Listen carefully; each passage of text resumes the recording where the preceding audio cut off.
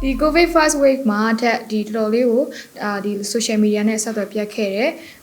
ဘယ်လိုပြောမလဲ page မှာဓာတ်ပုံကစလို့ဘာမှကို live လွှင့်ခြင်းဘာတစ်ခုမှမလုပ်ဘဲနဲ့ကိုတော်တော်လေးကြားထဲမှာခဏလေးနားလိုက်ရတယ်ပေါ့နော်ပြီးတော့တခြားသောဒီနုပညာလှူရှားမှုတွေလည်းဖြတ်လိုက်ရတယ်လည်းရှိတယ်အဲ့ဒီအဓိကအကြောင်းရင်းကတော့ထပ် page မှာလည်းတင်ထားပေးပါတယ်ထပ်မျက်နှာမှာ steroid ထိတာပါ chemical ဒါပစ္စည်းတစ်ခုပေါ့နော်အဲ့ကောင်ဒီလိမ့်မိတဲ့အခါမှာမျက်နှာကတော်တော်လေးအခြေအနေကိုဆိုးရွားပြီးတော့မှစုပ်ပြတ်တက်သွားလောက်တဲ့အထိကိုဖြစ်ခဲ့ပါတယ်ဒီမျက်နှာနှစ်ဖက်လုံးဆိုလို့ရှိရင်ဘယ်လိုတောင်ဖြစ်လဲဆိုသူကလေအဲ့ဖူတေးလေးတွေကနေပြီးတော့အဲ့တေးလေးတိုင်းကဟိုဘယ်လိုပြောမလဲဟိုအကြီးတွေဖြစ်လာပြီးတော့ပြည်တွေစို့တယ်ပြည်စို့ပြီးတော့လေအရန်ယုံစရာကောင်းလောက်တဲ့အထိကိုဖြစ်တဲ့အခါမှာထက်အနေနဲ့ဟိုဓာတ်ပုံရိုက်ပြီးတင်လို့လည်းမရအောင်မိတ်ကပ်လည်းလိမ့်လို့မရဘူးဘာမှကိုထက်အနေနဲ့နုပညာလှူရှားမှုဘာတစ်ခုမှကိုလုပ်လို့မရဘူးစိတ်တက်ကလည်းအဲ့ချိန်မှာတော်တော်ကိုကြတယ်ဟိုဘယ်လိုပြောမလဲအရန်ပေါ့နော်ညတိုင်းနေပါမျက်ရည်နဲ့ဖြတ်တန်းခဲ့ရတဲ့အချိန်တွေကထပ်တော်အိမ်မက်ဆိုတစ်ခုလိုပဲဆိုတော့ဟိုတော်တော်လေးလဲနားခဲ့ရတယ်တော်တော်လေးလဲပြန်ပြီးတော့ဒီမျက်နှာကိုကောင်းအောင်ကုသခဲ့ရတယ်ဆိုတော့အဲ့လိုမျိုးဖြစ်ခဲ့တာပေါ့နော်အဓိကလိမ့်မိတာ steroid ပေါ့နော်ဟုတ်တော်တော်လေးမလေးတင်ထားတဲ့ပုံမှာဆိုတော့လုံးဝအများကြီးပဲအဲ့ဒါလေးတင်ထားတဲ့ပုံကတကယ်တမ်းပြောရင်ဘယ်လိုပြောမလဲအဲ့ဒါတော်တော်အခြေအနေဆိုးတဲ့ပုံမဟုတ်သေးဘူးအရန်အခြေအနေဆိုးတဲ့ပုံကထပ်မရိုက်လိုက်မိတာပြည်တွေကလေအဲ့ဒါကျတော့ပြည်မရှိတော့ဘူး3-4ဖူးလောက်ပဲပြည်ရှိတယ်ဒါပေမဲ့လို့အများကြီးတော့ဖြစ်နေတော့เนาะဒီနှစ်ပြတစ်ခုလုံးကပြည်ထွက်တာဆိုတဲ့အချိန်မှာဓာတ်ပုံရိုက်ဖို့တော့အားမရှိဘူးအဲ့လိုမျိုးဖြစ်တော့မချပြနိုင်လိုက်ဘူးပေါ့နော်ဒါပေမဲ့နည်းနည်းလေးတက်တာတယ်လို့ကိုခံစားရတဲ့အချိန်မှာရိုက်ထားတဲ့ပုံလေးတော့ထပ်တင်ပေးထားပါတယ်ဟုတ်အဲ့ဥစ္စာကသူကဟိုလေဟိုဘာနော်ဟိုကလေးကနေပြီးတော့အဲ့လိုရွယ်ရောက်လာတဲ့အခါမှာဟိုမုန်းပြောင်းလာတော့ယောက်ျားလေးမိလေးပေါက်ကြတယ်လေပေါက်တဲ့အခါဆိုရင်သူကအဲ့ဒါတော့မှဝက်ချက်နေခိုင်းတဲ့ဆိုကိုဂျုံကြီးမှုကဟိုမရှိဘူးပေါ့လေဆိုတော့ခုလိုဖြစ်တဲ့အခါမှာကျတော့ဟိုခံစားခဲ့ရတဲ့ဥစ္စာတော်တော်လေးဆိုးမှာပဲပေါ့နော်အဲ့ဒီဥစ္စာလေးနဲ့ပြောဘယ်လိုမျိုးဖြတ်ကျော်လဲဘာတွေလုပ်ခဲ့လဲအားလေးပြောပြပါဟုတ်ကဲ့ရှင်ဟုတ်အဓိကဟိုပထမဆုံးလက္ခဏာလေးအရင်ဆုံးပြောချင်တယ်ပေါ့နော်ဒီနေ့သုံးဖို့မနှက်ဖြန်လောက်မှာဒါ post တင်ဖို့ရှိတယ်အခုကတော့ interview နဲ့မို့လို့ပေါ့နော် post တင်ဖို့ရှိတယ်လက္ခဏာကတော့ဘယ်လိုစဖြစ်လဲဆိုတော့သူက steroid ကိုစပြီးလိမ့်မိပြီဆိုလို့ရှိရင်သူ3-4ရက်အတွင်းမှာကိုကခုနအကိုပြောသလိုပဲဒီ hormone changes ကြောင့်ဖြစ်တဲ့ဝက်ချန်ကထက်ကငယ်လေးတွေကရှိတာအဲ့ဟာကိုပျောက်ချင်လို့ဆိုပြီးတော့ဆေးလိမ့်တာနေမှာပေါ့နော်ထပ် music video တခုသွားရိုက်တော့ဝက်ချန်လေးတွေကြွနေတဲ့အခါမှာဟိုဗီဒီယိုကဖြောက်ကခတ်တဲ့အတွက်ဓာတ်ပုံလိုမတူတော့ကြွလေးပိန်ကျင်နေဆိုပြီးတော့ဆေးသွားဝယ်တာထပ်ရဲ့တောက်နေကြဆေးလေးပြတ်သွားတော့အိုက်ဆေးကိုသွားဝယ်ရင်းနဲ့မှ तू ကညှိုးလိုက်တာဟိုတစ်ပတ်လောက်ဆိုရင်တော်တော်ကိုပြောင်ချောသွားလိမ့်မယ်ငါညီမလေးမျက်နှာပါညာပေါ့နော်သူများတွေဆိုကောင်းလို့ဆိုလို့ပြန်လာဝယ်ကြတာရောက်ပေါင်းမနေဘူး10ယောက်ထက်မနေဘူးဆိုပြီးတော့သူတို့ကပြောကြတဲ့အခါမှာထက်ကအရန်ပျောက်မယ်ဆိုရင်လူတိုင်းကပျော်တာလीနော်ဆိုတော့အဲ့ရဲ့စိတ်နဲ့ထက်ကဝယ်ပြီးတော့လိမ့်လိုက်တဲ့အချိန်မှာတကယ်ပဲတက်တာပါတယ်သူကတပတ်အတွင်းမှာတောက်ဆေးရောပါပိုးသက်ဆေးလည်းတောက်ခဲ့ရတာလीအရင်ရှိမှလည်းထက်ကပိုးသက်ဆေးကတောက်ကျင်ရှိတယ်ဟိုဒီဝက်ချန်နဲ့ပတ်သက်လို့ငယ်တွေကဖြစ်တာဆိုတော့ထပ်ပြီးပိုးသက်ဆေးထပ်អွန်ရတယ်ပေါ့နော်10ရက်လောက်អွန်တယ်အဲ့ချိန်မှာဟိုတော်ပြောင်ပြီးတော့ရှင်းသွားတာပုံလက်တင်ထားပေးပါတယ်ဒါပေမဲ့အဲ့ဟာကိုလူတွေကမှတ်တာတကယ်တော့မှတ်ပြီးတော့အရန်တက်တာဝရတယ်ထင်မျိုးတယောက်စကားတယောက်ကြားပြီးဟဲ့တက်တာဝရတယ်ငါတော့တက်တာဝရတယ်ငါတော့တက်တာဝရတယ်နဲ့အများကြီးဘယ်လောက်တောင်ပြန့်နေလိုက်ပြီလဲဆိုတာလေထပ်တော့မတူရဲဘူးသူကပြီးတော့တစ်လလောက်ကြာမှာသူကတယောက်နဲ့တယောက်မတူဘူးတစ်ပတ်တော်၎င်းနှစ်ပတ်တော်၎င်းသူ့ကိုဆေးဖြတ်ပြီးတာနဲ့တစ်ပတ်တော်၎င်းနှစ်ပတ်တော်၎င်းတစ်လနှစ်လမတူကြဘူးအဲ့ရဲ့ side effect ကအဲ့ချိန်ကြာမှပေါ်တာအဲ့ချိန်ကြာမှမျက်နှာမှာအစီပုလေးလို့တိတ်လေးလိမ့်ပြီးတဲ့နေရာတိုင်းမှာတစ်မျက်နှာလုံးထွက်တာပြီးတော့မျက်နှာ skin ရလေဟို6ကပ်ပြီးတော့လေဘာမှကိုအတင်မခံတော့တဲ့အထိဖြစ်တာဒီနားတွေကအရန်ကိုဟိုကွဲလာတယ်ကြီးကန်းပစက်လို့ကွဲလာပြီးတော့မှဒီသွားတိုက်ရင်တော့မှဒီဟာကြီးဆက်ပြီးလောင်တာဆိုရင်ဒီနားကြီးဆိုသွားတိုက်ပြီးရဲတွတ်နေတာအဲ့လိုပြီးတော့တစ်မျက်နှာလုံးလေဘာ skin care မှလိမ့်လို့မရတော့အောင်ကိုအရေးပြ6ကပ်ပြီးတော့လေပြီးတော့ရားလေကုတ်ချင်တာအရန်ကုတ်ချင်တာအဲ့လိုမျိုးဖြစ်တယ်နောက်တစ်ချက်ကျတော့ထက်ဆရာဝန်စီသွားပြတဲ့အခါမှာဆရာဝန်ကဒါ steroid မိတာဆိုတဲ့လက္ခဏာကိုပြောပြတယ်အဲ့ချိန်မှာထက်သူ့ရဲ့ဆေးကိုလိမ့်ရတယ်သူဆေးပေးတဲ့ဆေးကိုလိမ့်တော့သူ ပုံမှန်ဆိုရင်အဲ့ကောင်ကဖြည်းဖြည်းချင်းသူကဟိုဗာလဲဒီဝက်ချန်ဖြည်းဖြည်းချင်းကြီးလာပြီးတော့ပေါက်လာပြီးပြည်တိတ်ပြီးပေါက်ထွက်တယ်ဒါပေမဲ့ထက်ကကြတော့ဆရာပေးတဲ့ဆေးကပို့ပြီးတော့မြန်ထွက်တာမြန်ကန်ထွက်တဲ့ဆေးကိုလိမ့်ရတာဆိုတဲ့အခါကျတော့ပို့ပြီးတော့လေမြန်ကန်ထွက်တဲ့အချိန်မှာမြန်တက်တာသွားတာပေါ့နော်တချို့ကကြတော့ဘာဖြစ်လဲဆိုတော့ဂျားထဲမှာဆရာဝန်နဲ့မပြဘဲနဲ့ဆေးမီတိုတွေလောက်တယ်ဟိုဒီ steroid မိလို့မိမှန်သူတို့မသိဘူးဝက်ချန်ထွက်လာတယ်ဆိုပြီးတော့ပဲဒီကောင်းရကောင်းကျိုးဆိုတဲ့ဒီဆေးတွေနဲ့ဒီတခြားသော skin care တွေအများကြီးတုံဟာဟိုတုံဒီတုံတယောက်ကပြောရင်တယောက်တုံပစ္စည်းတွေအများကြီးဖြစ်သွားပြီးတဲ့အခါမှာပူဆိုးလာပြီးတော့နှစ်တွေနဲ့ချီပြီးတော့ဖြစ်ကြတယ်တော်တော်များများက2နှစ်3နှစ်တချို့ဆို6လ9လအဲ့လောက်ထိကိုဖြစ်ကြတယ်ထက်ကတော့3လလောက်နဲ့ပြီးသွားခဲ့တယ်ပေါ့နော်အနာနဲ့ဆေးနဲ့မြန်တွေ့သွားတဲ့အခါမှာအဲ့လောက်ပဲတက်တာသွားတယ်အဓိကတော့ဂျားထဲမှာဘယ်လိုခံစားရလဲဆိုတော့ခုနပြောလို့ဒီဝက်ချန်လေးဆရာကလည်းဆေးဒီကန်ထွက်တဲ့ဆေးပေးတဲ့အခါမှာတစ်နေ့နဲ့တစ်နေ့တစားနဲ့တစားပြီးပို့ပြီးဆိုးလာတိုင်းငါမျက်နှာတော့စုပ်ပြတ်တတ်ပါပြီကိုပြန်ကောင်းလာပါတော့မလားပြီးတော့ကိုလောက်တာလည်းအနုပညာလုပ်ငန်းဖြစ်တယ်ဟိုတချင်းဆိုဖို့နေတာဓာတ်ပုံတော့မှရိုက်ဖို့တော်တော်ကိုခက်ခဲတယ်ရိုက်ဖို့လည်းအာယုံကိုမရှိဘူးညတိုင်းငိုရတာမျက်ရည်နဲ့မျက်ခွမှာလေမျက်လုံးတွေဆိုလေမို့အေးပြီးတော့ငိုရတာလေဆေးလိမ့်တိုင်းမှာမျက်ရည်ကျတယ်ဒီဆေးကိုကိုကလေအများကြီးလိမ့်ရဒီရင်လုံးဆိုလေတဖုလည်းမဟုတ်ဒီလိုလိမ့်ရတိုင်းလေနာတိုင်းလေမျက်ရည်တောက်ကနေကျလာလိုက်ဆေးတွေကအောက်ပြုတ်ကျသွားလိုက်ဟိုပြန်လိမ့်လိုက်တယ်လေဆေးဆိုလေသူများဆို2ဆက်လောက်ကုန်ကိုက4ဆက်လောက်ကုန်တယ်ပေါ့ဆိုလေကိုကလည်းစိတ်နှူးတယ်အနုပညာလောက်တော့စိတ်နှူးတယ်လေနှုတ်ကလေငိုတာဆိုတအားပဲပြီးလို့ရှိရင်အဲ့ဒီနှာခမ်းတွေဆိုထော်ထွက်လာတယ်ငိုလုံးနှာခေါင်းတွေဆိုရဲတွတ်အဲ့မှာထပ်ပုံနေတင်ပေးမယ်အဲ့လိုမျိုးဖြစ်ခဲ့တဲ့အခြားတွေအကုန်လုံးပေါ့နော်ဆိုတော့အရန်ကိုဟိုအောက်ဆုံးပြီးရောက်သူများကကိုဗစ်ဖြစ်တဲ့အချိန်မှာအဲ့ကိုဗစ်ကိုအာယုံထဲကိုမရှိနိုင်အောင်ကိုမှလေအိမ်ထဲမှာပဲပုံပြီးကိုအိမ်တွင်းပုံဆေးပေးလိုက်သူတော့မှဖြစ်တယ်ပြင်အောင်မသွားရဲဘူးပေါ့နော်နောက်တစ်ခုကကျတော့အရန်အဓိကနောက်တစ်ခုကကျတော့စိတ်ခွန်အားလေမရဘူးတငယ်ချင်းတွေနဲ့တွေ့လိုက်တဲ့အချိန်တိုင်းမှာသူတို့ရဲ့အကြည့်သူတို့ရဲ့အပြောသူတို့ကစေတနာနဲ့တော့၎င်းဟိုဘာရင်မဟုတ်ဘူးပြောလိုက်ပေမဲ့လေဟဲထက်နေမျက်နှာမှာဘလို့ဖြစ်လာတယ်အော်နေကတော်တော်ဆိုးတာပဲတနာပါတယ်ဆိုပေမဲ့လို့ကိုယ်စိတ်ထဲကျတော့လေအများကြီးပြုတ်လဲသွားတာဟိုသူတို့အားပေးစကားပြောပေမဲ့လေပြုတ်လဲသွားတာဒါကတော့ဖြစ်ဖူးတဲ့လူပဲဒီမှာတချို့ကပြောဟဲနင့်ငါအားပေးတာလေးဆိုတော့ပြောပေမဲ့လို့တကယ်ကျတော့အဲ့လိုမဟုတ်ဘူးစိတ်ထဲမှာလေမီးတောင်ပောက်ကွဲသွားလို့ပဲကိုကမှန်ရှိရလေကိုသိတာပေါ့အခြေအနေဆိုးတာကိုလေထက်ကတော့အတက်နိုင်ဆုံးအကြံပေးချင်တာတော့လေအဲ့လိုမျိုးဖြစ်တဲ့လူတိုင်းတွေ့ရင်လေအတက်နိုင်ဆုံးအဲ့ရနဲ့ပတ်သက်ပြီးစကားကိုမပြောနဲ့လှဲ့ကိုမပြောနဲ့မသိချင်တာရောင်ဆောင်ထားပြီးအဲ့လိုရောင်ဆောင်ထားပြီးနောက်မှာလူကဘယ်လို cycle ဖြစ်လဲဆိုလေသူငါ့ကိုဘာလို့ကြည်ရလဲအဲ့လိုမျိုးမသိတဲ့လူကပဲကြည်သိတဲ့လူကကြည်ဘာလို့ငါ့ကိုယွန်းလို့လားအဲ့လိုမျိုးလေဘာလို့ဆိုယွန်းစရာကောင်းတာ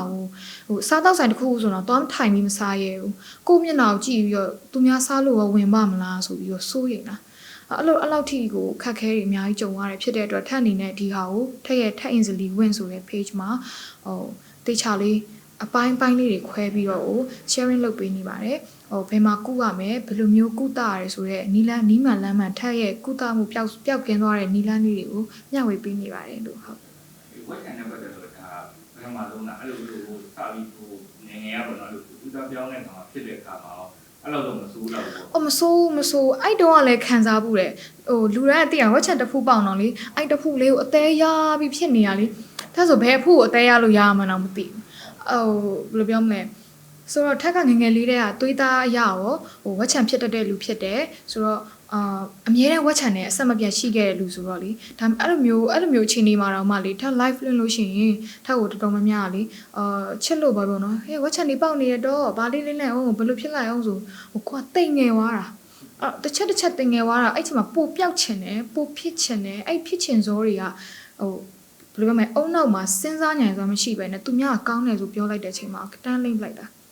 အဲ့လိုမျိုးလိမ့်လိုက်တာပေါ့နော်ဆိုတော့ဘယ်လိုပြောမလဲငကိုကြီးရဲ့ဒီ feeling ကခံစားမှုကပြောချင်တာ steroid ဖြစ်မှာခုနကပြောတဲ့ feeling မျိုးဖြစ်တာမဟုတ်ဘူးမျက်နှာမှာဝက်ချန်3-4ခုပေါက်တဲ့လူလည်းဒီ feeling ပဲဒါပေမဲ့အများကြီးပေါက်တဲ့လူကတော့ပိုဆိုးတာပေါ့ဟုတ်အဲ့လိုမျိုးလေးရရှိတယ်ဒီလေးတွေနဲ့ဆိုရင်အဲ့လိုလေcosmetic ပဲဖြစ်ဖြစ်အဲ့လိုမျိုးဒ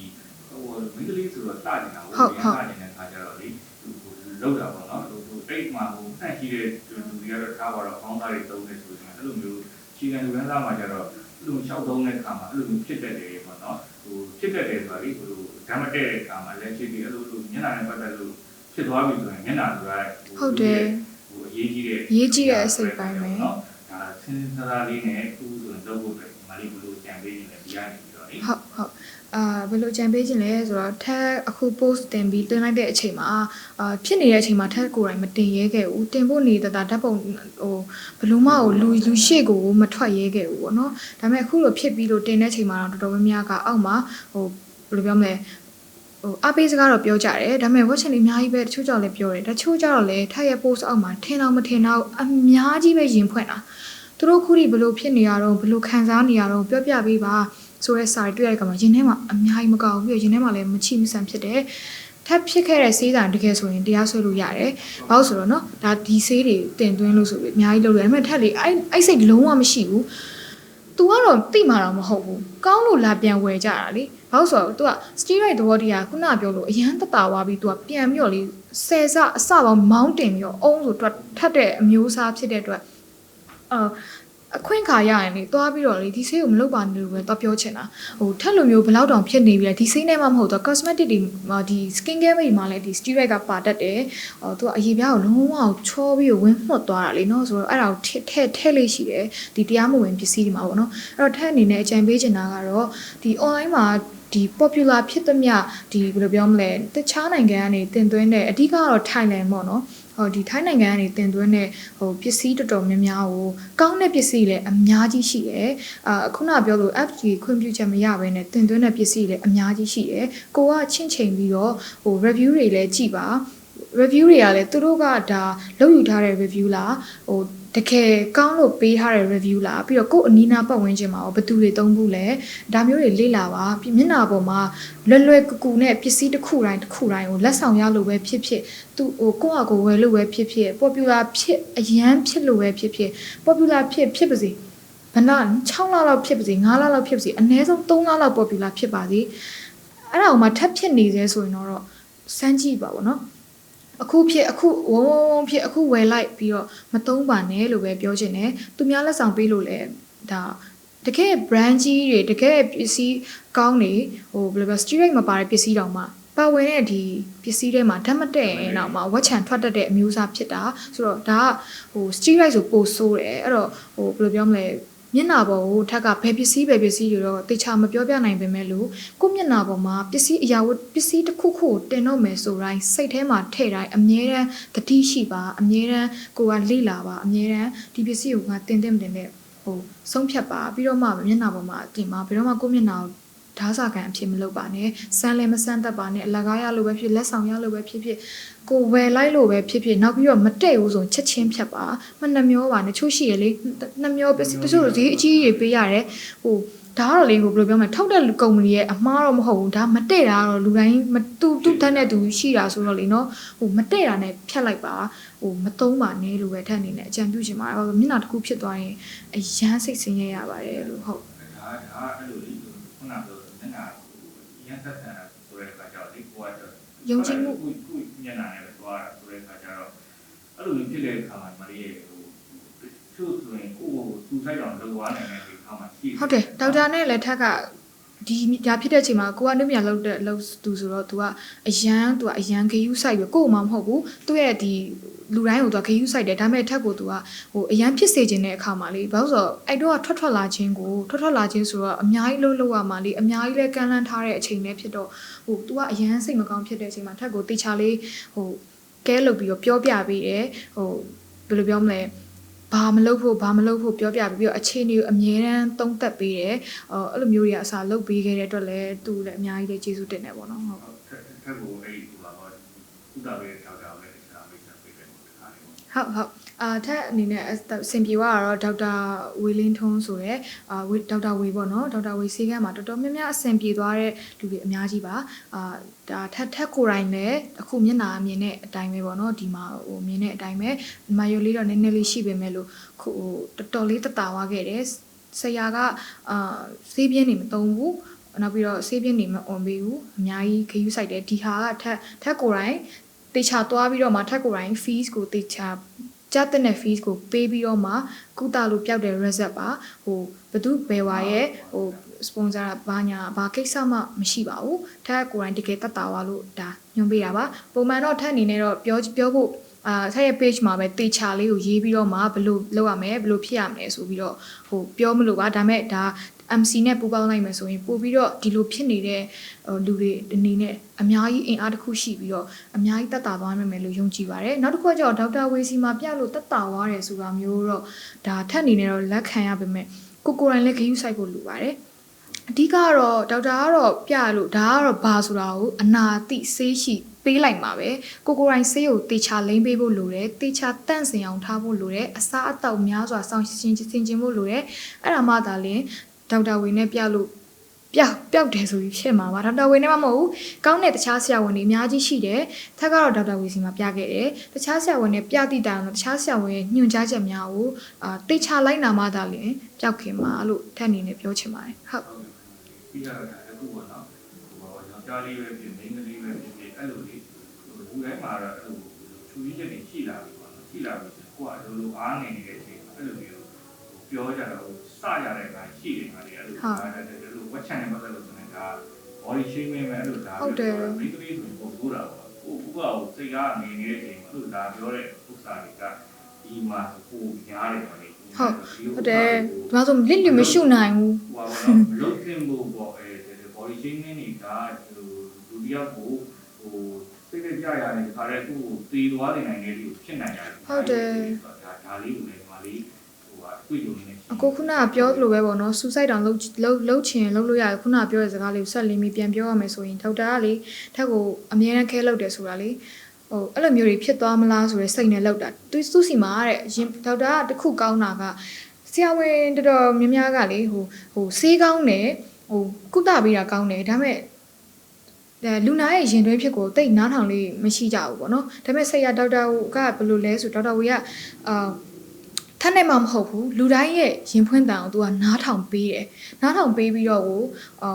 အားပေးစကားပြောလို့ရှိရတဲ့အတွက်အရန်ကျေးဇူးတင်တယ်ဒေါက်တာကြောင့်လည်းအမြဲတမ်းဒါခွန်အားတစ်ခုဖြစ်ခဲ့တယ်နောက်တစ်ခုကျတော့ခုနပြောလို့ပဲသူတချို့ဆိုရင်လည်းအရေးပြားကိုဆွဲဆုပ်ပစ်ပြီးတော့လှုပ်ပစ်ချင်စိတ်ပေါက်တယ်တချို့ဆိုလည်းကိုအဲ့အောင်လေးဟိုတက်သေးခြင်းစိတ်ပေါက်တဲ့လူတွေလည်းအများကြီးပဲတချို့လို online မှာ post တွေတောက်လျှောက်တွေတင်ဟာတက်သေးခြင်းနဲ့ဘာညာဆိုပြီးတော့ဒေါက်တာကအများကြီးအတွေ့အကြုံတွေ sharing လုပ်သွားပေးတယ်ထက်ကိုအဲ့လိုမဖြစ်ပါနဲ့မလုပ်ပါနဲ့သူကလေထက်ကိုတက်တာရမယ်လို့တော့မပြောဘူးဆရာကလေ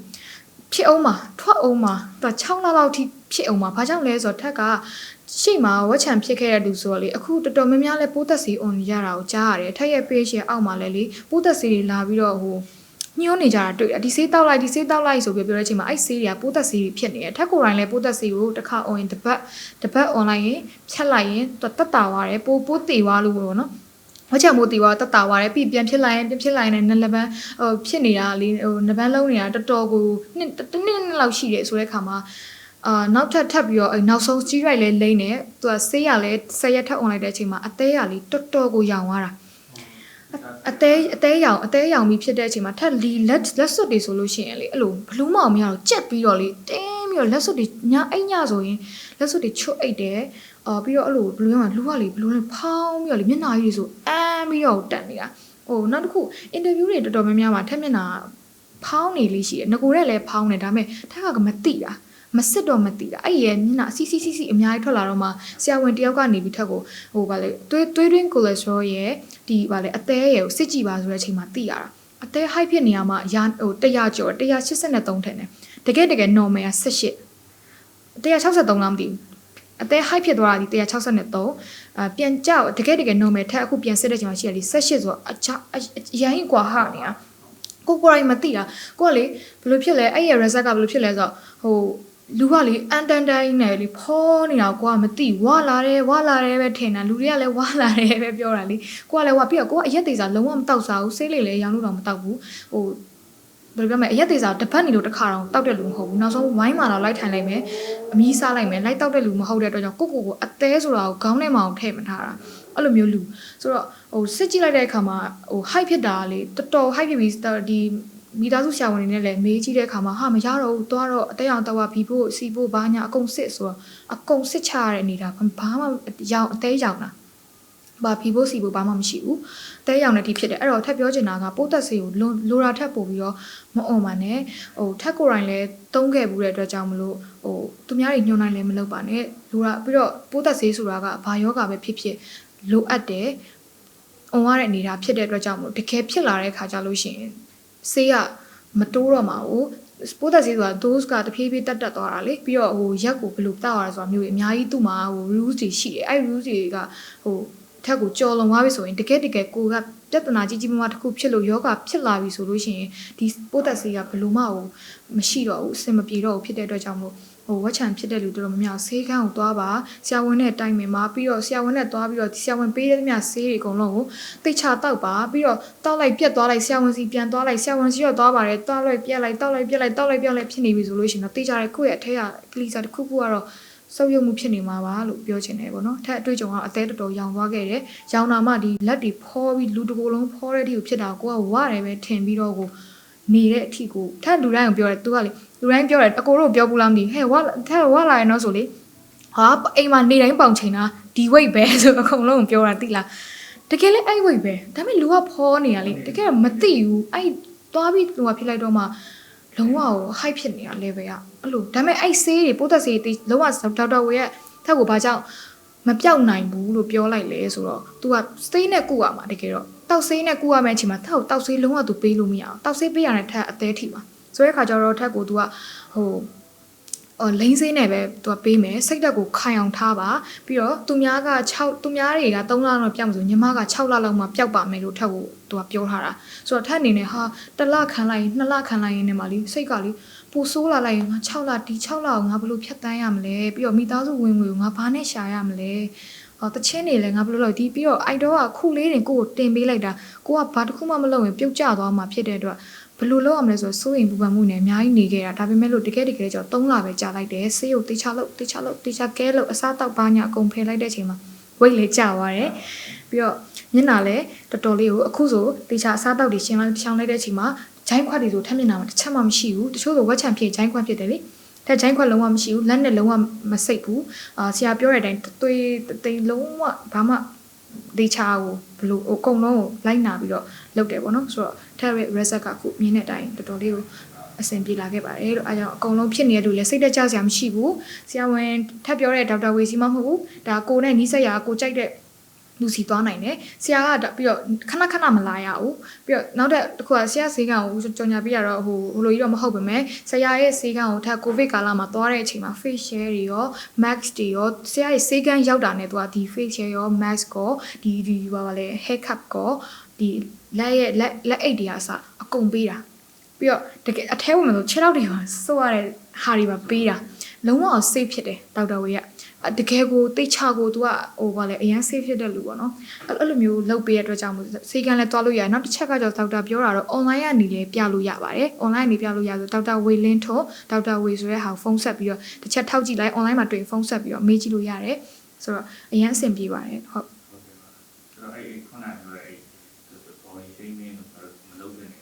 အဓိကတော့ body shaming ကလေဟိုပါပေါ့ဟိုထပ်ပြောချင်တာလေကိုကတနာလိုပဲဖြစ်စိုးရင်လို့ပဲဖြစ်ဘာကြောင့်ပဲဖြစ်ဟိုသူ့စိတ်ဓာတ်ကြီးမကြသွားအောင်လို့လေဟိုဘယ်လိုပြောမလဲတွေးလို့ရှိရင်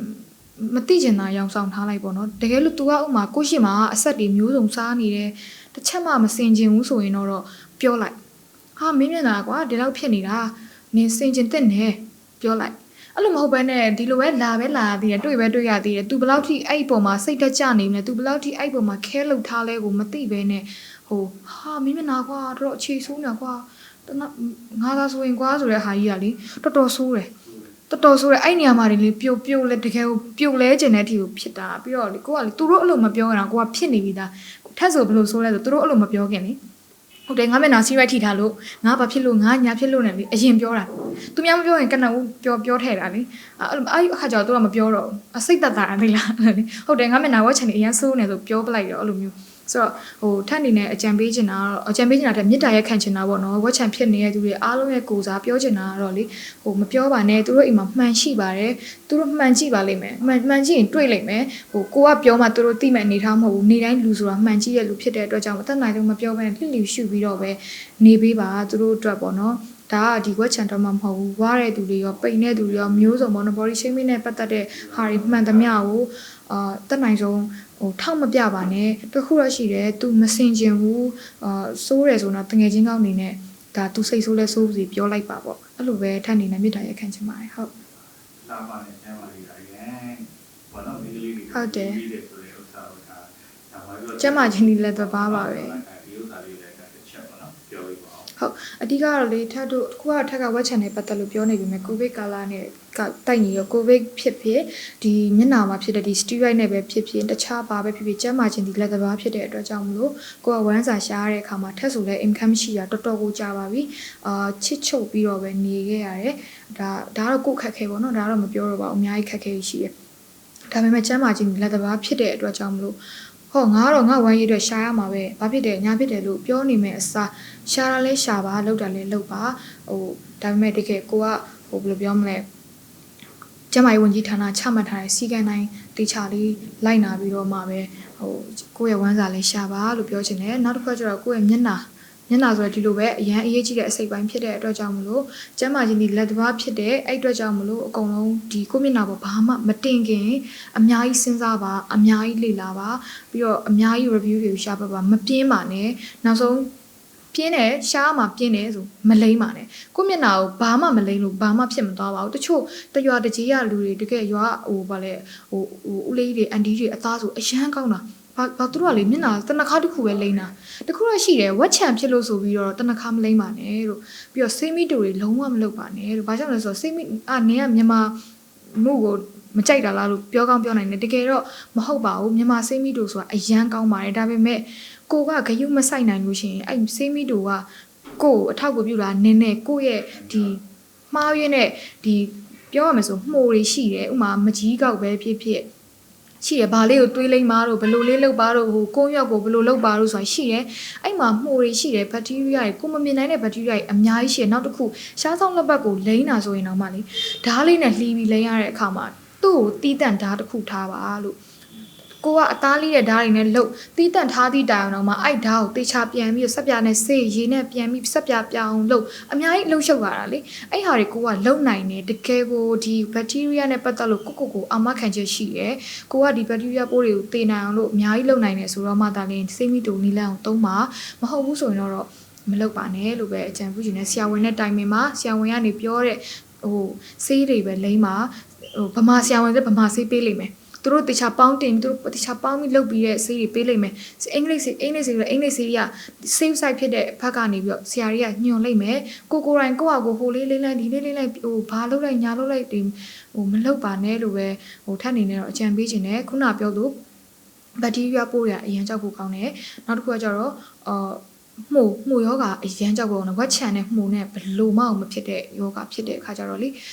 ေအဓိကခုနပြောသလိုပဲဆန်းနဲ့မလိမ့်ပါနဲ့ပြင်းတယ်လိလာမှပြင်းတယ်ဆိုရင်ဘာမှမလိမ့်ပါနဲ့တနခါတစ်ခုလည်းလိမ့်အပြင်သွားမလို့မိတ်ကပ်လိမ့်ပြီးမျက်နှာကိုတေချာပြောင်းနေအောင်တစ်ပါ skin care မသုံးချင်အောင်မသုံးပါနဲ့နောက်ဆုံးပြင်းတယ်ဆိုရင်ပြောတာကိုကမပြင်းဘူးဆိုရင်တော့ပစ္စည်းတစ်ခုကိုသုံးခါနေကြလို့ရှိရင်ဒီတော့ဘယ်ကုမ္ပဏီကလာတာလဲ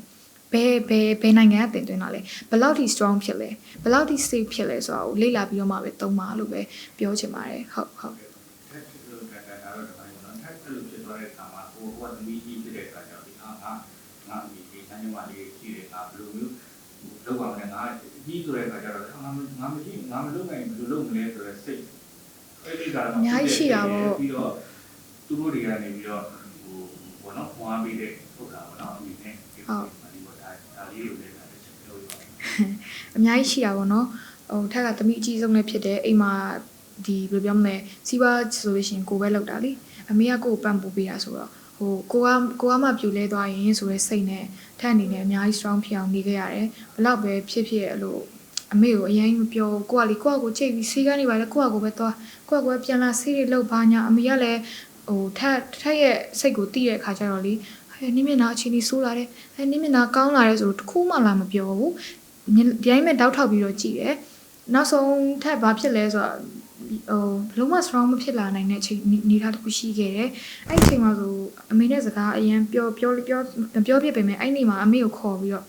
ရင်ဖွင့်ဖြစ်တယ်အဲ့ဒီကဆိုလေအကြီးအကျယ်ကိုအော်ငိုချလိုက်တာအမေကိုဖတ်ပြီးတော့တစ်ခါမှအမေကိုဘဝမှာတစ်ခါမှ အမေနဲ့လည်းငငယ်လေးတည်းဝေးခဲ့တာဆိုတော့လေဟိုအရင် close မဖြစ်တဲ့ဟို relationship ဆိုတော့ဒါမဲ့လို့လေအဲ့နေ့မှာတော့ဟိုအမေကိုခေါ်ပြီးတော့ရီသိချကိုရင်ဖွင့်ပြီးတော့လေဖတ်ပြီးတော့လေငိုပြီးတော့ပြောဖြစ်တယ်သမီးမျက်နှာတော့သွားပါပြီဆိုပြီးတော့ပြောဖြစ်ခဲ့တယ်ပေါ့နော်အဲ့အချိန်မှာဒါအမေကတေချာလေးကိုအစားတောက်ကစားလို့တေချာပြန်ခဲလုပ်ပေးတယ်အိမ်မာနေလဲထပ်နဲ့မတည့်တဲ့အစားဥမာနှုတ်ထွက်ပစ္စည်းဆိုလုံးဝစားလို့မရဘူးအဆက်အငံဘာမှစားလို့မရတဲ့အခါဆိုတော့လုံးဝကိုအဖြူတယ်ပဲစားရတာအဲ့ဒါအစားအမေကပြန်ပြီးတော့တေချာလေးလုပ်ပေးတယ်ဟိုဂယုစိုက်ပေးတယ်နောက်ပြီးခောက်ဆွဲကြောက်တွေလုံးဝမစားရဘူးအဲ့လိုမျိုးပေါ့နော်ဟိုဘယ်လိုပြောမလဲဝက်ချန်နဲ့မတည့်တဲ့စားစာအများကြီးရှိတယ်အဲ့ဒါကိုအမေကတေချာလေးကိုထပ်ကိုဂယုစိုက်ပြလိုက်တဲ့အခါမှာဟိုဝိတ်လဲကျသွားတယ်ဝိတ်လဲကျသွားတဲ့အပြင်မှာဝက်ချန်မှာတော်တော်လေးကိုတတ်တာသွားတဲ့အထီကိုဖြစ်သွားတယ်အစားဆေးတွေဘလောက်ပဲလိမ့်လိမ့်ဘလောက်ပဲခဲလို့အစားတော့မစင်ကျင်ရင်လေ तू ကဖြစ်မှာပဲအဲ့တော့ထက်ပြီးတော့ထက်ရဲ့သွေးသွင်းထဲမှာလေထက်စားထားတဲ့ခောက်ဆွဲကြောက်တွေထက်စားထားတဲ့အဆက်တွေအများကြီးရှိတဲ့ခါကျတော့လေအဲ့ကောင်ကလေဘလို့မှမပြောင်းနိုင်ဘူးဒါပေမဲ့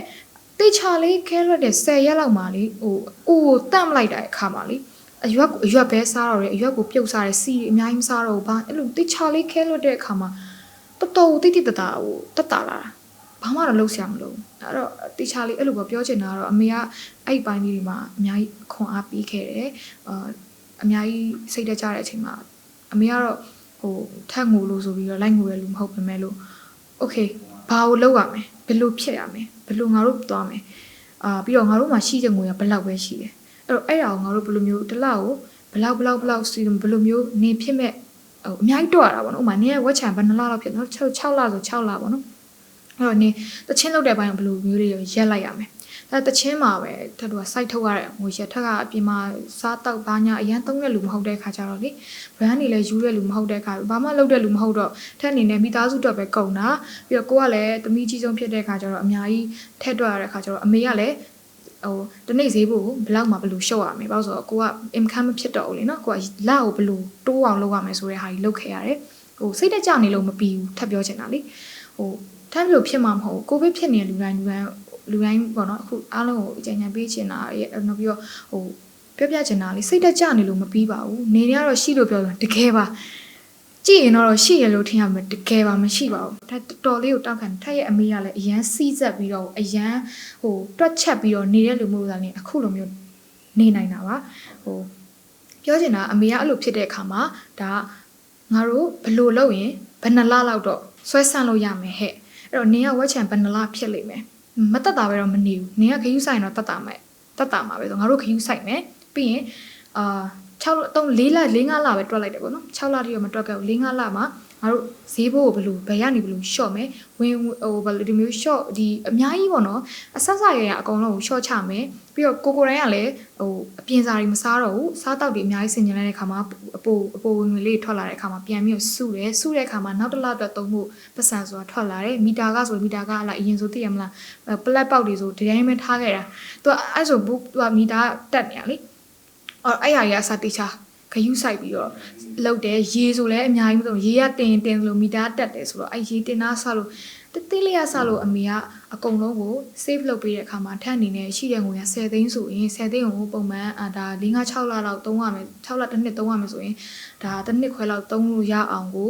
ဟိုအများကြီးပေါ့နော်ဒါကိုတေချာလေးစီစစ်လိုက်တဲ့အခါမှာထက်တို့အဆင်ပြေလာတယ်အခုအချိန်ထိလည်းဒါအဲ့လိုလေးပဲတောင့်ခံနေရတော့မယ်ပေါ့နော်ပြောချင်တာတော့စိတ်တကြနေလို့မပြီးပါဘူးအားနေလားအဆင်ပြေအားလက်တဲ့အချိန်တစ်ခုရှိနေလားရှိနေရဆိုရင်စာရွက်တစ်ခုယူဘောပင်တစ်ခုယူပြီးတော့တနေ့ငါသုံးတဲ့ငွေကလက်ရှိဘယ်လောက်သုံးလဲငါဒီနေ့တစ်နေ့မှာဘယ်လောက်စားတယ်ဘယ်လောက်သုံးတယ်ဘယ်လောက်ဝယ်တယ်ဘယ်လောက်ချမ်းတယ်တစ်လမှာငါဘယ်လောက်သုံးလဲဆိုတာမျိုးအရင်တွက်ချလိုက်တော့ဘယ်လောက်ရှိလဲတိုတယ်ဘယ်လောက်ရှိလဲအဲ့မှာပြန်ပြီးတော့ဘယ်လိုပြန်ရှော့မလဲကိုယ့်ရဲ့အိမ်ဈေးကစားလို့ဘာညာတေးလေးဝယ်တာစားလို့90ပူပူ100ပူပူအကုန်လုံးတေချာစီစစ်ပါပြန်လာလို့ရှင်တစ်လစာလောက်တော့ပိုထွက်လာပါလိမ့်မယ်ဒါမှမဟုတ်လဲ2လစာတော့ထွက်လာပါလိမ့်မယ်ကိုယ့်ရဲ့ရှိနေတဲ့ဝင်ငွေမရှိတဲ့လူတိုင်းပြောဝင်ငွေရှိတဲ့လူကတော့ဟိုဘယ်လိုမဆိုခံတာတယ်ပေါ့နော်ပြောချင်တာလေဟိုဝင်ငွေမရှိတဲ့လူတွေကတော့အဲ့လိုနီးလေးနဲ့လောက်ကြည့်ပါတော့တစ်လစာထွက်လာတစ်လခွဲစာထွက်လာ10ရက်စာထွက်လာခံတာပါတယ်လို့ဟိုအဆင်ပြေတယ်လို့ပဲအားပေးချင်ပါတယ်ထပ်အနေနဲ့ဟုတ်ဒါမျိုးမှာဆိုရင်ဆိုတော့ဒီသုံးတွေအနေနဲ့ဒီလိုပေးကြတာဒီလိုတွေအခု တာဝန်တွေကိုအမြင်ယူနေနေတာဒီတာဝန်မှလည်းတောက်ချောက်ကလုံလာကြတာဆိုတဲ့အခါကျတော့နော်ဘယ်လိုဆက်သွားလဲထက်ကတော့လေမန်တိုင်းပြောရင်တော့အများကြီးလုပ်ပေးချင်တာပေါ့နော်အခုဆိုမှဖြူဖြူထွေးတို့ဒါကိုပိုင်းကွန်းတို့ဆိုမိဘကိုဘယ်လိုမျိုးလေးတိတက်တယ်တို့ဘယ်လိုမျိုးလေးလက်ဆောင်ပေးတယ်တို့ဆိုတဲ့အချိန်မှလေဘယ်လိုကတော့တယ်ဆိုအချိန်မှအရန်အဲ့လိုမျိုးဖြစ်ချင်တာပဲကိုကအလုပ်တွေအများကြီးလုပ်ချင်တယ်ပြီးတော့မိဘကိုအဲ့လိုမျိုးထားချင်တယ်ဆိုတော့ဒါမဲ့လေကိုအခြေအနေကလေဘယ်လိုလဲဆိုတော့သူများတွေကကျတော့လှုပ်ဖို့အခွင့်အရေးကိုစူးစမ်းပိုင်ခွင့်ရှိတယ်ထပ်မှာစူးစမ်းပိုင်ခွင့်မရှိဘူးဒီမျက်နှာဖြစ်နေတဲ့အချိန်မှာအခုကတော့ရှိပြီပေါ့နော်အခုကတော့ရှိပြီအများကြီးလှုပ်ဖို့အတွက်လည်းထပ်နေတယ်အများကြီးခွန်အားကြီးယူထားတယ်အရင်တော့ကာလာကိုပြပြတာဆိုတော့အဲ့လိုမျိုးဖြစ်တဲ့အချိန်မှာလေအများကြီးပြိုလဲအဲ့ Facebook တော့မသုံးချင်ဘူးသူဟိုမူတီတာတော့ပွားပေမဲ့လို့ကိုလည်းလှုပ်ပေးချင်တာအဲ့လိုမျိုးဆိုတဲ့အချိန်မှာလေဟိုသူများကလေကိုယ်လာမအပ်ဘူးမဟုတ်အပ်တယ်ဟိုထက်ရေးဘာပစ္စည်းလေးဘယ်လိုလေးကြော်ညာပေးပါတို့နောက်ပြီးတော့ဟိုဒီဗာလေ TikTok လေးဘယ်လိုဆော့ပေးပါတို့နောက်ပြီးတော့ဒီဇလန်းလေးတွေရိုက်ဖို့ရှိတယ်တို့နောက်ပြီးတော့တခြားဘာလေးရှိကြော်ညာလေးဟိုကြော်ညာအကြီးတော့မဟုတ်ပေမဲ့လို့ဒါအင်ခန်းဖြစ်နိုင်တဲ့ကြော်ညာအသေးစားလေးအများကြီးရှိတယ်အများကြီးလာအပ်တာမျိုးကြီးရှိတယ်ဟိုနောက်ပြီး live flip မီဈေးရောက်တာတို့ပေါ့နော်တချို့ဆိုကိုယ့်အကို online shop လုပ်ရင်တော့မှလုပ်လို့ရသေးတယ်ထပ်မှာ online shop တော့လုပ်လို့မရဘူးဘဘအဲ့လိုဆိုတာအဲ့ဒါကြီးကအစအကုန်လုံးဖြတ်ရတာဆိုတော့လေဘာမှလုပ်ဖို့မရအောင်အဲ့တော့ပြီးတော့လူတိုင်းကလည်း company တိုင်းကလည်းကြည့်မှာပဲသူကဘယ်လောက်လုပ်ပေးနိုင်လဲသူ့ရဲ့ image ကဘယ်လောက်ရှိလဲသူ့ fan ဘယ်လောက်ရှိလဲကြည့်မှာပဲဟိုထက်က idol ကဆင်းလာခြင်းဖြစ်တဲ့အခါကျတော့ဘယ်လိုမဆိုထက်ကိုရာခိုင်နှုန်းလေးရှိတယ်လုပ်လို့ရတယ်သူများတွေကိုလာလုပ်ကအခုကျတော့လေဘယ်လိုဖြစ်သွားဆိုဂျားထဲမှာအများကြီး gap ဖြစ်သွားတယ်ဆိုတော့တော်တော်လေးကိုအားပြန်ယူသွားဖို့အနေထားတစ်ခုမှရှိပေမဲ့လည်းဟိုစိတ်တက်ကြနေမှစားထက်တော့စူးစမ်းပြီးတော့ဒါကိုယ့်ရဲ့တွေ့ကြုံတွေအများကြီး share လုပ်သွားရင်းနဲ့ကို page ကိုတေချာပြန်လုပ်မယ်တေချာပြန်ထောင်ပြီးတော့ဟိုအများကြီးဟို online နဲ့ပတ်သက်ပြီးတော့အလုပ်တွေလုပ်ထားဖို့ရှိတယ်ပြီးတော့မိသားစုအကောင်းဆုံးပြန်ပြီးတော့ကိုနိုင်တဲ့ဘက်ကနေပြီးတော့အများကြီးပေးဆက်သွားခြင်းတယ်အများကြီးအမေကိုလုပ်ပေးခြင်းတယ်ဒီကြီးတွေကိုအဲ့လိုမျိုးလေဟိုဗာလေဒီကြီးတွေကိုနဲ့တွဲမိုင်ကတော့လေသိရပါခင်ဟုတ်တယ်အရန်ဇီစာကြောင်းတယ်သမီးကြီးနဲ့ဆက်ဟွာလေဟောပြောအရန်ဇီစာကြောင်းတယ်ပြီးရင်အရန်ဘယ်လိုပြောမလဲဆရာကြီးလုပ်တယ်ဟိုကို့ဆရာကြီးလုပ်ရင်လည်း14မှမကြိုက်ဘူးကိုကပဲဆရာကြီးလုပ်မယ်ကိုကပဲပြောမယ်သိရမလားကိုနဲ့ပတ်သက်တဲ့လူတွေကအရန်ကိုသိခံနိုင်မှရမှာပေါ့နော်ဒါပေမဲ့လေကိုကလေဘယ်လိုပြောမလဲဆိုတော့လေဘသူနဲ့ပဲပတ်သက်တငယ်ချင်းနဲ့ပဲပတ်သက်ရီးစားနဲ့ပဲပတ်သက်ဟိုလေဘယ်လိုပြောမလဲမိဘတယောက်လိုကြီးကိုဖြစ်နေရကိုကလေအဲ့တငယ်ချင်းကိုစကားလေးတစ်ခုပြောတော့လေအမေကြီးတယောက်လိုဖြစ်နေတာအဲ့လိုပဲဟိုကိုကြီးစားကိုကလေဟိုဘာလေးမလုပ်ပါနဲ့လို့ပြောရင်တော့လေသူလားအမေကြီးတယောက်လိုနောက်ဆုံးလေအဘွားပေးရင်တော့လေမိဘတယောက်လိုကြီးဖြစ်နေတာသိလားဟိုအနမ်းပေးရင်တော့လေဟိုတခြားဘာမှမရှိအဲ့လိုလေးချစ်တဲ့စိတ်လေးနဲ့အဲ့လိုမျိုးလေးဖြစ်နေတာဟိုကတော်တော်ဆိုးတာသိလားအဲ့လိုမျိုးငါသမီးကြီးတွေရဲ့ဟိုကောင်းတာလားဆိုးတာလားတော့မသိဘူးပေါ့နော်သမီးကြီးကိုနားလည်ပေးနိုင်တဲ့လူမျိုးရှိတွေ့နေပြီတွေ့နေပြီလားဆိုတော့အပေါင်းအသင်းတွေတော်တော်များများထပ်ဖို့အများကြီးဒါသိခံပါတယ်အထူးသဖြင့်ဤတော့ပေါ့နော် online ဟစ်လိုက်ရင်ပဲကိုကဆရာကြီးလုပ်နေအမှန်တိုင်းပြောတော့ကိုထက်9နှစ်လောက်ကြီးမယ်ဟုတ်တယ်9နှစ်လောက်ကြီးတယ်ကြော်ညာလိုက်ပြီ9နှစ်လောက်ကြီးတယ်သူဆိုအများကြီးထက်ဟိုတီးခံပေးရလို့ဒါတယောက်နဲ့တော့တီးခံတာပေါ့နော်ဟိုဒါမဲ့လို့ထက်ရဲ့ဆရာကြီးလုပ်မှုတော့ပိုတီးခံအပေါင်းအသင်းနဲ့ပါဆိုရင်ပေါ့ဟုတ်တယ်ပေါ်ရီပါတော့တွေ့ပြီးပေါ့အကိုရဲ့ဂျားထဲမှာဒီမျက်နှာကြီးယွန်းစရာမျက်နှာကြီးဘယ်သူကညာဘလို့လာကြိုက်မှလဲဟိုတက်ကဟိုဖြစ်တာဟိုဖြစ်စရာကောင်းတယ်နှလုံးသားနဲ့ယူချက်မှာလားဟိုအုံနောက်နဲ့ယူချက်မှာဖေချာတာတော့လေထက်အနေနဲ့တော့အုံနောက်နဲ့ပဲရွေးချက်ဖြစ်မှတင်တယ်။ဘာကြောင့်လဲဆိုကိုတယောက်တည်းရက်တည်တာမဟုတ်ကိုအမေရှိမယ်ကိုညီမရှိမယ်ကိုကလမ်းကြောင်းမှားသွားလို့မရဘူးရွေးချက်မှုမှားသွားလို့မရတဲ့အတွက်ကြောင့်နောက်ပြီးတော့နှလုံးသားကိုရင်းပြီးတော့သွားလိုက်လို့ရှိရင်ဟိုကိုကတော့သူ့ဒဏ်ကိုခံနိုင်ပေမဲ့လို့ကိုမိသားစုပါဝိုင်းခံရမယ်ဖြစ်တော့အဖြစ်မခံနိုင်တဲ့အတွက်ကြောင့်မလို့တော့ထက်ကတော့အုံနောက်နဲ့ပဲ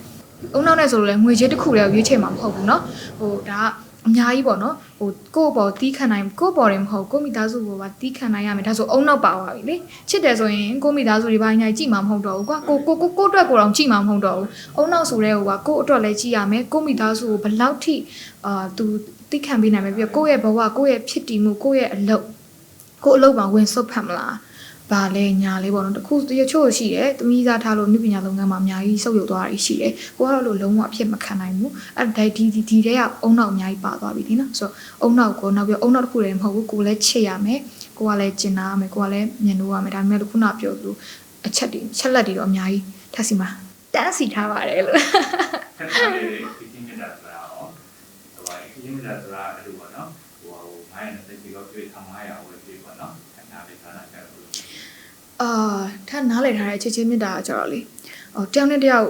ချစ်နေုံနဲ့မပြီးဘူးတယောက်နဲ့တယောက် supporting လုပ်နိုင်ဖို့လိုတယ်ငွေကြီးမှမဟုတ်ဘူးတယောက်ရဲ့လုပ်ငန်းတစ်ခုမှာကိုဘယ်လောက်ထိဥမာထပ်ဆိုလို့ရှိရင်တချင်းလုပ်တဲ့အခါကျတော့ထပ်တချင်းလုံးနေရမှာဖြစ်ဖြစ်စချင်းသွင်းနေရမှာဖြစ်ဖုန်းလေးတကောဆက်လိုက်တဲ့အခါမှာစိတ်တစ်ချက်မရှုပ်သွားဘူးဟိုသူကဘယ်ရောက်နေရလဲဘာလုပ်နေငါစတူဒီယိုမှာဥပမာပြောရနော်ငါစတူဒီယိုမှာဟာဘယ်သူတွေလဲယောက်ျားလေးနေလားပါလားညာလားဆိုသူကကိုယ့်ကိုအဲ့လိုမျိုးပြောလိုက်ဆိုကိုကမှုပြတ်သွားပြီအဲ့မှာပြဿနာဖြစ်ပြီအဲ့ဒါတွေအများကြီးလိုတယ်ဒါက supporting ပေးတယ်လို့ခေါ်တယ်အဲ့တော့ကိုရဲ့ချစ်သူကဘာအလုပ်လုပ်တာလဲအဲ့ပုံမှာအများကြီးနားလည်ပေးနိုင်ဖို့လိုတယ်အမှုပညာမှမဟုတ်ဘူးစီးပွားရေးတဲ့ဒီလိုပဲ meeting ထိုင်နေတာရှိမယ်လုံစကားပြောနေတာရှိမယ်ယောက်ျားလေးမိန်းကလေးဒါဟိုနှစ်ယောက်ပြောရတယ်နှစ်ယောက်တည်းပြောရတာရှိမယ်အဲ့ခါမှာနင်းကဘာဖြစ်လို့ငါကဘာဖြစ်လို့ဆိုတဲ့အခါဒီမှာအဲ့ဒါရသိစိတ်ရှုပ်ဖို့ကောင်းတယ်အဲ့ဒါတကယ်တော့ချစ်ချင်းတရားမဟုတ်ဘူးတကယ်တော့ကိုချစ်တာဟိုငါ့ကိုငါနောက်ွယ်မှာငါ့ကိုဆိုတာတွေကအများကြီးပါတယ်အဲ့ဒါချစ်တာမဟုတ်ဘူးတကယ်ချစ်တယ်ဆိုလို့ရှိရင် तू အဆင်ပြေဖို့ तू အတွက်ကိုကဘယ်လောက်ထိလုပ်ပေးနိုင်မလဲကိုထိခိုက်ခံစရာမလိုကိုထိခိုက်ခံစရာမလိုဘဲနဲ့ကိုမှသူ့အတွက်အများကြီးထောက်ကူပြုနိုင်တဲ့နီလန်းတွေအများကြီးရှိတယ်အဲ့လိုလုပ်ပေးနိုင်တာကိုထက်ကချစ်ချင်းတရားလိုပဲမြင်တယ်ဟိုအရင်ချစ်ပြီးတပူးတွဲဖြစ်ပြီးလူနှစ်ယောက်အတူတူရှိပြီးတော့ဘာမှဖြစ်မလာဘဲနဲ့ချစ်နေတာကြီးတော့ထက်ကချစ်တယ်လို့မခေါ်ဘူးလူနှစ်ယောက်လည်းအတူတူရှိရမယ်အတူတူသူလည်းသူ့လမ်းကြောင်းမှာသူအောင်မြင်တဲ့လူဖြစ်ရမယ်ကိုလည်းကိုယ်လမ်းကြောင်းမှာကိုအောင်မြင်တဲ့လူဖြစ်ရမယ်ဒါဒီချစ်ချင်းတရားစစ်မှန်တယ် तू ကကိုယ် supporting လို့ကိုကသူ့ supporting လို့တေနှစ်ယောက်အချင်းချင်းတိုင်ပင်ဖေးမရင်ကုညီရင်းနဲ့တက်သွားတာဒီဒါချစ်စစ်ချစ်မှန်လို့တက်သွားတာအဲ့လိုတယောက်နဲ့တယောက်အောက်မှာပဲရန်ဖြစ်ပြီးတော့တူတော့ရှိပါရဲ့ချစ်တယ်လို့တော့អော်ပါရဲ့ဟိုနေပါလဲငါပါလဲနေရပါဖြစ်လို့ငါပဲခိန်းစောလို့ဘာဖြစ်လို့ခိန်းစောတာ तू စောပလိုက်စေနောက်ဆုံးကိုချစ်တယ်ဆိုရင်စော့ဒီဒါမှတခုရှိတယ်ဂိမ်းနဲ့ပတ်သက်ပြီးတော့လည်းစီးပွားရေးရှာရတဲ့နည်းလမ်းတွေအများကြီးရှိတယ်ဆိုတော့အများကြီးပေါ့နော်ကိုက supporting ပေးနိုင် तू ကဂိမ်းစောတာဝါသနာပါလားဒါဆိုရင်ဂိမ်းနဲ့ပတ်သက်လို့ဝင်ငွေရှိနိုင်မဲ့တစ်ဖက်တစ်လမ်းဘာရှိရဲဆိုတော့ကိုကစဉ်းစားပြီးတော့သူ့ကိုကြံကြံပေးနိုင်ရမယ်ဒါအဲ့လိုပဲယောက်ျားလေးရဲ့မိန်းကလေးယောက်ျားလေးကိုကြံကြံယောက်ျားလေးကလည်းမိန်းကလေးကိုပြန်ပြီးတော့ तू ဘာလုပ်လဲ तू ဘာဝါသနာပါလဲပေါ့မူတည်ပြီးတော့အများကြီးတောင်းတဲ့ယောက် supporting ပေးနိုင်ရမယ်ဒါကိုထက်ကချစ်ချင်းလို့ပဲထင်တယ်ဟုတ်လည်းများနေပြီဆိုတော့လေနောက်ဆုံးပေါ့နော်ဟိုပါလေးသုံးနာမှာပဲမလေးလေးဟိုတချင်းကအေးဟိုတချင်းလေးတွေဝေးလားဝေးနော်ဝေးအဲ့ဖြစ်တဲ့ချိန်မှာဒါကြီးမဖြစ်သေးဘူးပေါ့မဖြစ်သေးဘူးကိုဗစ်မဖြစ်ခင်မှာကလောမှာသွားရိုက်တာကလောမှာသွားရိုက်လိုက်တာအဲ့ဒါကိုသွားလိမ့်မိပြီဖြစ်တာအဲ့ music video တော့ခုမှ edit ဖြစ်နေတော့မယ်ဆိုတော့အဲ့ဟိုပါလေးတချင်းလေးထွက်တယ်ဟိုအဲ့ဟိုကတော့ပြောတယ်အာရောပြီးတဲ့အားဒါတချင်းလေးတို့ထွက်တယ်အားလည်းအပိတိုင်းတူကနော်ပိတဲ့ကထပ်ပိတဲ့ရှိတဲ့ခါကျတော့အားပြီးဆိုတော့ဘလို့ဆက်သွားမယ်တချင်းလေးနဲ့ပတ်သက်လို့မလေးထူတာရရှိမှာပေါ့လေထပ်ပြနေတယ်ထက်စီမှာတော့လက်တလောအခုတချင်းနဲ့ပတ်သက်ပြီးဘလို့ချပြသွားမယ်ဆိုရင်တချင်းနှစ်ပုတ်ထွက်ထားတယ်ပေါ့နော် lockdown ဆိုတဲ့တချင်းလေးရဲ့ covid ကာလဆို lockdown ထွက်ထားတယ်နောက်ပြီးဝေးတချင်းလေးအလွမ်းဆွေးတချင်းလေးထွက်ထားတယ်အခုလာမယ့်ဒီ19ရက်နေ့မှာထက်ရမွေးနေ့မှာတချင်းလေးတစ်ပုတ်တင်ပေးဖို့ရှိရဲအဲ့တချင်းလေးကန်ကိုသာယူမယ်ဖွဲဆိုတဲ့တချင်းလေးကန်အကြောင်းကြောင့်လမ်းခွဲသွားရတဲ့ချစ်သူနှစ်ယောက်ရဲ့အကြောင်းကိုရေးဆက်ထားတဲ့ဆိုထားတဲ့တချင်းလေးဖြစ်တယ်နောက်တစ်ခါကျတော့နောက်ထပ်ဘာတွေလုပ်ပြီးတော့ဟိုချပြသွားမလဲဆိုရင်တော့ထက်အနေနဲ့ကတော့တချင်းတွေအများကြီးဆက်ပြီးစူးစမ်းပြီးလုပ်သွားမယ်ဂျားထဲမှာလည်းထက်ကထက်ရဲ့ post ကြောင့်တူတယောက်အတွက်အထောက်အကူပြုဖို့အတွက်ထက်ရဲ့အတွေ့အကြုံဘဝအတွေ့အကြုံဥမာ sharing လုပ်သွားမယ် web channel အတွက်အများကြီးvlog sharing တွေလုပ်သွားပြီးမယ်ပြီးရင်ဘယ်လိုမျိုးကုသရမယ်ဆိုတဲ့အကြောင်းတွေတခြားလေးနောက်ထပ်နှစ်ပိုင်းပြန်ပြီးထွက်လာအောင်မယ်နောက်တစ်ခုကကြတော့ဒီ web channel ဖြစ်နေတဲ့လူတွေအတွက်ကိုထက်ကအဓိက target ထားပြီးတော့မှ makeup tutorial တွေ vlog တွေကိုတင်သွားပြီးမယ်နောက်ပြီးတော့ဟို web channel ရှိလဲစိတ်ညစ်စရာမလိုဘလို့လှအောင်နေလို့ရရဆိုတဲ့အကြောင်းမျိုးတေချာလေး stand သူတို့အတွက်ကိုရှေ့မှာမရက်တည်ပြီးတော့ဘလို့လှအောင်နေမယ်ဘလို့မျိုးခြေလို့ရတယ်ဆိုတဲ့အကြောင်းတွေကိုထက်ရဲ့ page မှာအများကြီး sharing လုပ်သွားပေးမယ်ရင်တော့လည်းထက် tutorial တွေလုပ်တယ် vlog တွေလုပ်တယ်ဒါပေမဲ့လုပ်ပြီးတော့အဲ့ဒီထပ်လုပ်မဲ့အချိန်မှာဖြစ်သွားတာလေအဲ့တော့ဆိုရင်64.blog k လို့အဲ့လိုမျိုးကြီးအထိအများကြီးရခဲ့တယ်သိန်းချီပြောလဲ follower တွေတိုးခဲ့တယ်အဲ့ရဲ့ vlog တွေကအဲ့လောက်ထိကိုအများကြီး range ကတက်တယ်အခုပြန်ပြီးစူးစမ်းရမယ်ပေါ့နော်ကြားထဲမှာဆိုအများကြီးဟို vlog တွေပြန်ပြီးတော့ watch channel ပတ်သက်ပြီးအများကြီး beauty ဘိုင်းဆိုင်ရာတွေရောဒီအသိပညာဘိုင်းဆိုင်ရာတွေရောအများကြီး sharing လုပ်သွားပေးမယ်နောက်တစ်ခါထပ် surgery လုပ်ထားတဲ့ဒီ eyelid နဲ့ဒီ nose နဲ့ကိုဒီနှာခေါင်းနဲ့ကိုsurgery လုပ်ထားတဲ့ဟာကို vlog တခြားလေးရိုက်ထားရှိတယ် eye vlog ကိုလည်းတခြားလေးတင်ပေးမယ်ဟုတ်နောက်ပိုင်းလည်းဒီ page မှာထက်ရဲ့ page ကထက် easily win ဆိုတဲ့ page ပါထက် easily ဆိုတဲ့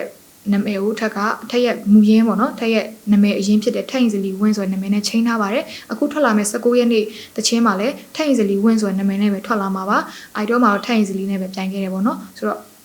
ထက် easily win ဆိုတဲ့ page ကို like လုပ်ထားပြီး follow လုပ်ထားပြီးနိုင်ပါတယ်အဲ့ page မှာထက် watch channel ပတ်သက်တဲ့အကြောင်းအရာများစွာနဲ့ဘယ်လိုမျိုးလှပအောင်နေလို့ရတယ်စိတ်တက်ကြကြမလို့ဆိုတဲ့ခေါင်းစဉ်လေးနဲ့ပဲ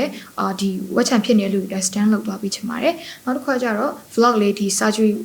ပိုင်းစိတ်ဝင်စားရဆိုလို့ရှိရင်လည်းထိုင်ရဲ့ easily win ဆိုတဲ့ page မှာ vlog လေးတင်သွားပြီးကိုရှိတယ် music နဲ့ပတ်သက်လို့ကတော့တချင်းတစ်ပုတ်တစ်ပုတ်နဲ့ကြားထဲမှာတော်တော်လေးတော့ဒါစူးစမ်းရတာဖြစ်တဲ့အတွက်ကြောင့် covid ကာလမှာ studio တွေပိတ်တယ်များစွာဖြစ်တဲ့အတွက်ပရိသတ်နဲ့အထီးတွေ့ရှိဖို့ကတော့ဓာတ်ပုံတွေအများကြီးတင်ပေးပါမယ်ခုနပြောတဲ့ vlog တွေလုပ်သွားပေးမယ်တချင်းကတော့ရရင်ရတယ်လို့ခွင့်ရရင်ရတယ်လို့စူးစမ်းပြီးတော့တင်ပေးသွားမယ် L1 တော့လည်းစုနေပါတယ်လို့ဟုတ်မယ်ဟိုကလူညာနာမည်လည်းခိုင်းတယ်လို့ဝင်ပြီးတော့ပြောမယ်ဟုတ်ချိန်လိုက်တာရှင်ဟုတ်စိတ်ထဲမှာအဲ့လိုချိန်လိုက်တာပေါ့နော်ဒါပေမဲ့အဲ့လိုမျိုးဟိုစာနယ်ဇင်းတွေပိုင်းတော့ဘာမှမလုပ်ရသေးဘူးရှင်ဘာလို့လဲ covid ဖြစ်နေတဲ့ခါကျတော့လေတော်ကြနေကအရင်ရေးကြီးနေလားဆိုရှင်ပါဆိုခိုင်းတယ်ဆိုတာကတော့တည်နေကြတယ်လူတိုင်းတည်နေသားပါနော်ဟုတ်ဝင့်ဟုတ်ကဲ့အောက်ကမြင်နေဝင့်နေထိုင်စီလီဝင့်မှာဟုတ်ဆိုတော့ဒါတော့ဟိုလေးပါဟိုလေးခင်းရနာစုနေမှာဒီနေ့ခင်နေအရင်ခင်နေတော်တော်ဟိုနော်မြန်မာစမလေးအိုင်လုံးပါတဲ့ကြိုက်တာဟုတ်တယ်ဆိုတော့ဒီဘယ်လိုမျိုးကြည့်ခဲ့တယ်ပေါ့ဒါတူဒီလိုမျိုးဒါခုချိန်မှာဒီလိုနောက်တစ်ခုပေါ့နော်ကြိုင်ဝဲတစ်ခုကနေသွားတဲ့ခါကျတော့ငယ်ချင်းကိုဘယ်လိုမျိုးပြောချင်လဲခင်ဗျာဆိုဘာပြောချင်လဲဆိုတော့လေအရန်ဝမ်းတာတာပဲဘာလို့လဲဆိုတော့လေသူ့လေအရန်လဲဘယ်လိုပြောမလဲအားကြရတယ်သီလားသူစိတ်တက်လေးကိုအရန်အားကြတယ်နောက်ပြီးတော့သူ့ရဲ့ဒီစူးစမ်းခြင်းတဲ့စိတ်ကိုလေငကိုကြီးတဲ့ဖြစ်စေခြင်းခဲ့တာအရန်တော့ကိုကထုတ်ပြောလေးတော့မရှိပဲမဲ့လေဟိုသူပြောသလိုပဲလေသူကလေအရန်ခက်နဲ့လေပြိုင်ပွဲတစ်ခုမှဆုံးခဲ့ဘူးတဲ့အဲ့တော့မှမဟုတ်ဘူးငယ်လေးတော့လေဒီခလေးပြိုင်ပွဲမှာပြိုင်ခဲ့ဘူးတယ်ပေါ့နော်ခလေးပြိုင်ပွဲမှာဆုံးဘူးတယ်အဲ့လိုပဲကိုကလည်းအဲ့လိုပဲ finally မတက်ဘူးသူလည်းအဲ့လိုပဲဟိုပြိုင်ပြုတ်ပဲသူလည်းအများနဲ့ပြိုင်ပြုတ်ပဲဖြစ်လာခဲ့တာကိုကအရန်မပြိုင်ခဲ့ဘူးပေါ့နော်သူကအများကြီးပြိုင်နေအရန်ဖြစ်စေချင်တော့သူကလေမြန်မာတန်မှလေတော့ကိုပိုင်တာအိမ်မြဖြူလေးတို့လိုပဲအရန်ကိုစူးစမ်းတယ်ငယ်လေးတဲ့ဒီမြန်မာတန်နဲ့စီးပူးလာတာမြန်မာတန်နေမဟုတ်စတူဒီယိုလိုင်းနဲ့သူကရတယ်ဟိုထူးကြတာပေါ့နော်ဒါအိမ်မြဖြူလေးလည်းအဲ့လိုပဲမြန်မာတန်စင်လည်းရတယ်စတူဒီယိုလည်းရတယ်သူလည်းအဲ့လိုပဲမြန်မာတန်စင်လည်းရတယ်စတူဒီယိုလည်းရတယ်ဒါပေမဲ့ဟိုဗာလဲအခုလိုမျိုး device မှာဖြစ်သွားတဲ့အခါကျတော့စိတ်ထဲမှာလေအရန်ဝမ်းတာလို့ထက်တိတ်ပြီး share လေးမရှိဘူးဒါပေမဲ့ share ထားတယ်ထက် share ပြီးတော့တော့မှသူ့ congratulation လုပ်ထားတယ်ပေါ့နော်ဆိုတော့ဟိုနောက်ပြီးသူဟိုကန်အကြောင်းသူဒီအိမ်အောင်ပြုတ်ဖြစ်သွားပြီမဲ့လေသူ့အနေနဲ့သူ့ရဲ့ယုံကြည်ချက်တစ်ခုနဲ့သူဖော်ပြတယ်သူစူးစမ်းတယ်အဲ့ပုံမှာလေအရန်ကိုဂုဏ်ယူတယ်နောက်ပြီးသူ့နေရာမှာဘယ်လိုပြောမလဲဟိုတခြားသူတွေဆိုရှင်ကောဆိုတဲ့ဟာမျိုးတွေပေါ့နော်ဟိုသူများမလုပ်နိုင်တာကိုသူလုပ်နိုင်တယ်တချင်းဆိုလည်းသူကောင်းကောင်းချပြသွားတယ်နောက်စစ်နေမှာပါသည်မပါသည်ကတော့ထပ်မသိပေမဲ့လို့ဒါပဲဖြစ်နေရာတစ်ခုရောက်သွားပြီသူကိုကလေရေဘေးမှာလည်းသူဆိုတယ်လေအဲ့တချင်းလေးဆိုလည်းအရန်ကောင်းတယ်လीနော်ပြိုင်ပွဲကဘယ်လိုလဲဆိုတော့လေသူအိုက်ဒိုမှာလည်းအရန်ကောင်းတယ်တခုပဲအဲ့လိုတချင်းရွေးမှားတာတွေရှိမယ်ပြိုင်ပွဲဆိုတဲ့သဘောရပါတော့သူ့မှာပါရမီရှိတယ်သူ့မှာစူးစမ်းနေသေးရှိတယ်ဒါပေမဲ့လို့တချင်းရွေးမှားတာလေးရှိမယ်စိတ်လှုပ်ရှားလို့ဖြစ်သွားတာရှိမယ်အဲ့လိုလေးကြောင့်သူကပြုတ်သွားခဲ့ရတာပေါ့နော်အဲ့လိုနဲ့သူလွဲလာခဲ့တာခဏပဲအခုကတော့သူဒါဘယ်လိုဖြစ်တော်တော်များများရဲ့ဒါရေဘေးမှာတစ်ခါအိုက်ဒိုမှာတစ်ခါအခု device မှာပါတစ်ခါဆိုဘယ်လိုမှဆိုသူအများကြီးရက်တည်လို့ရသွားပြီဖြစ်တဲ့အတွက်နုပညာကိုယူသွတ်တဲ့သူတယောက်အနေနဲ့အရန်ကိုဂုဏ်ယူပါတယ်လို့ဒီကတော့ဟိုကြိုင်ပွဲဆိုမလေးလို့ဆိုတဲ့အရန်နိုင်ငံမှာဝိုင်းကြည့်နေတဲ့အခါမှာအရန်ဟိုစိတ်ကလည်းအဲ့ကာလမှာတိကျလေးခင်းနေရအောင်ဆိုတော့သူတို့လည်းဥက္ကဋ္ဌပြိုင်နေဆိုတော့ဘယ်လိုမျိုးပေးနေလဲအဓိကတုံးအားပေးခြင်းလဲဆိုတော့ဟိုဟာလေးထက်အနေနဲ့ကတော့သူ့တငယ်ချင်းပေါ့နော်ခင်နာဆိုးကိုသူတည်ပြီးသားပါစိတ်မလှုပ်ရှားပါနဲ့တချင်းရွေးမမားပါနဲ့လို့ပဲပြောချင်တယ်စိတ်လှုပ်ရှားတကယ်တမ်းပြောထက်ဆိုလဲအခုဆိုတော်တော်လေးကိုလေအရန်ဘ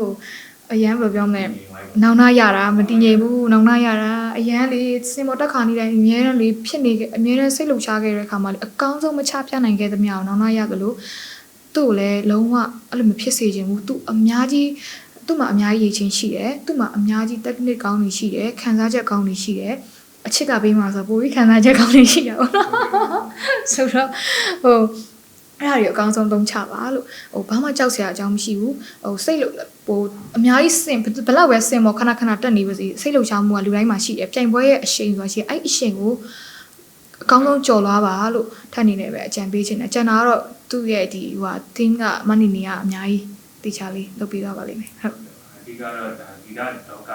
နေပယ်ချင်းနဲ့တူတဲ့ခါကျတော့သူဒီနေ့မှပြန်တွေ့ကြတယ်ဟုတ်တနေ့မှပြန်တွေ့ကြမယ်ပေါ့ तू ကဆရာကြီးဖြစ်ပေါ့တကယ်တမ်းပြောတော့ तू ကထက်အများကြီးတော့တယ်ထက်ကကြောက်လေကန်ကောင်းတာလေးရယ်